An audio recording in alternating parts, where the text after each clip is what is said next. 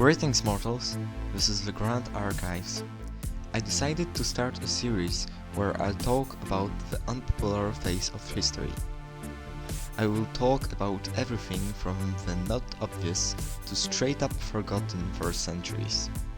I hope you enjoy the new concept. Anyway, today I will talk about the surprisingly rich history of the smallest island country in Europe, Malta. Also, before we start this video, I wanted to put out two things. First, I'm not from Malta, so I'm terribly sorry if I made a mistake in this video. Secondly, I will be using a lot of lines from Wikipedia, because it's the place where I got all my information for this video. And if I changed them too much, it would stop making sense. Nonetheless, a good portion of the text is still written by me. With that out of the way, I see no problem to start the video. Enjoy! The first thing you have to know about the archipelago of Malta is the fact that the first trace of humanity on the islands is very old. And by old, I really mean it. To be more precise, the first settlers arrived on the islands around 5900 BC. We don't know everything about them, but still we were able to find some interesting informations. For example, we know that they came from Sicily, where they were called Sicani. We also know that they liked to build temples where they sacrificed animals.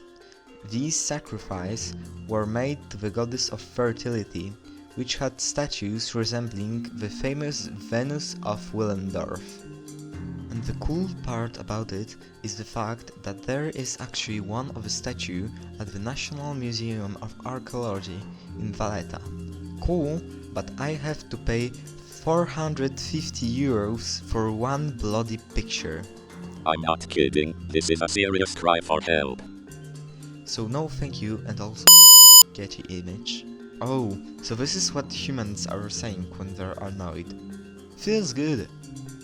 Anyway, the culture lasted for at least 3000 years.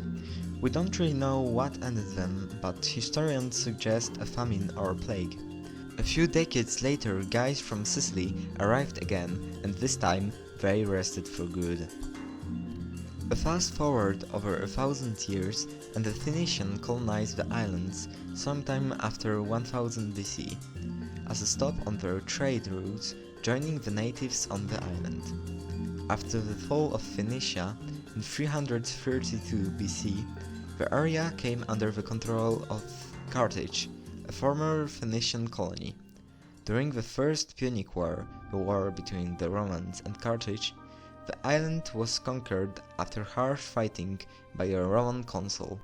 After the failure of his expedition, the island fell back in the hands of Carthage, only to be conquered again in 218 BC during the Second Punic War by another Roman consul.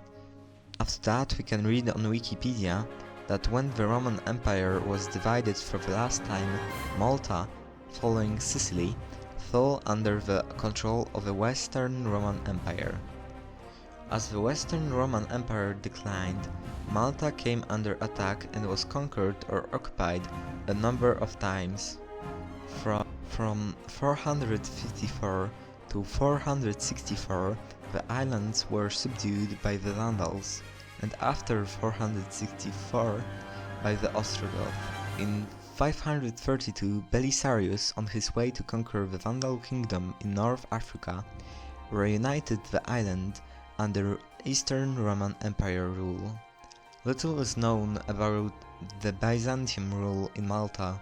All we know is that the island was dependent on the theme of Sicily. Malta remained under the Byzantium Empire until 870, when it fell to the Arabs. The conquest of Malta is closely linked to that of Sicily, that began in 827 after Sicily's betrayal of the empire. The Muslim chronicler and geographer Al-Himari recounts that in 870, following a violent struggle against the defending Byzantines, the Arab invaders looted and pillaged the island, destroying the most important buildings and leaving it practically inhabited until it was recolonized by the Arabs from Sicily in 1048. Fun fact, the Christians on the island were allowed to practice their religion if they paid jizya, a tax for non-Muslims for exemption from military service. The Normans attacked Malta in 1091 as part of the conquest of Sicily. The Norman leader, Roger I of Sicily, was welcomed by Christian captives because, guess what? He was Christian. Malta became then a part of the newly formed Kingdom of Sicily. The Catholic Church was reinstalled as the state religion. Tancred, King of Sicily, installed also a Count of Malta in 1192. As the islands were much desired due to their strategic importance, it was during this time that the men of Malta were militarized to fend off attempted conquest. Early counts were skilled Genoese privateers. The kingdom passed on the dynasty of Hohenstaufen from 1194 until 1266. During this period, when Frederick II of Hohenstaufen began to reorganize his Sicilian kingdom, Western culture and religion began to exert their influence more intensely.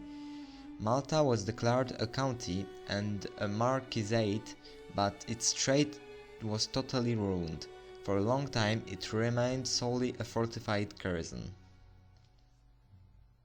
After being ruled by the dynasty of Hohenstaufen, Malta was ruled by the House of Barcelona, the ruling dynasty of the Crown of Aragon, from 1282 to 1409. After that, in 1409, ruling was formally passed to the Crown of Aragon. You have to focus now, because some important stuff are going to happen. On the 23rd March 1530, Charles V, the Holy Roman Emperor, gave the island to the Knights Hospitaller under the leadership of a Grand Master of the Order. These Knights, a military religious order, also known as the Order of St. John, and after that as the Knights of Malta, had been driven out of Rhodes by the Ottoman Empire in 1522. The Knights Hospitaller were the rulers of Malta and Gozo, the twin island, between 1530 and 1798. During this period, the strategic and military importance of the island grew greatly as the small yet efficient fleet of the Order of St. John launched their attacks on this new base, targeting the ship lanes of the Ottoman territories around the Mediterranean Sea. And also in 1551 the population of the northern Maltese island called Gozo, around 5,000 people, were enslaved by Barbary pirates and taken to the Barbary coast in North Africa. Yeah, so that sucked. After that, Malta withstood another attack, this time from the Ottomans in 1565. It was called the Great Siege of Malta, and as you can guess from the name of it, it was really impressive at the time. You have to imagine 40,000 Muslim soldiers ready to totally obliterate the Christian force that had a mere 6,000 soldiers. It's even told that every single known technique of siege was used by the invaders.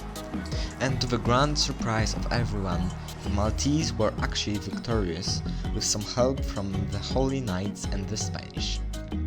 All the Europeans' power were truly shocked, because it was an impressive achievement that seemed impossible.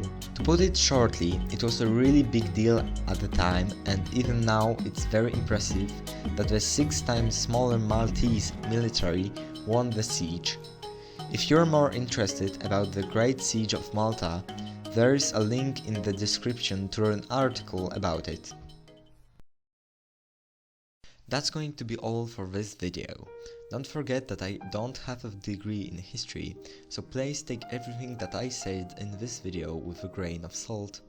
If I said something wrong, please correct me in the comments section, it will help me to improve. Also remember to subscribe to be notified when the second part will drop next week. Until then, continue on your merry way. Farewell, mortals.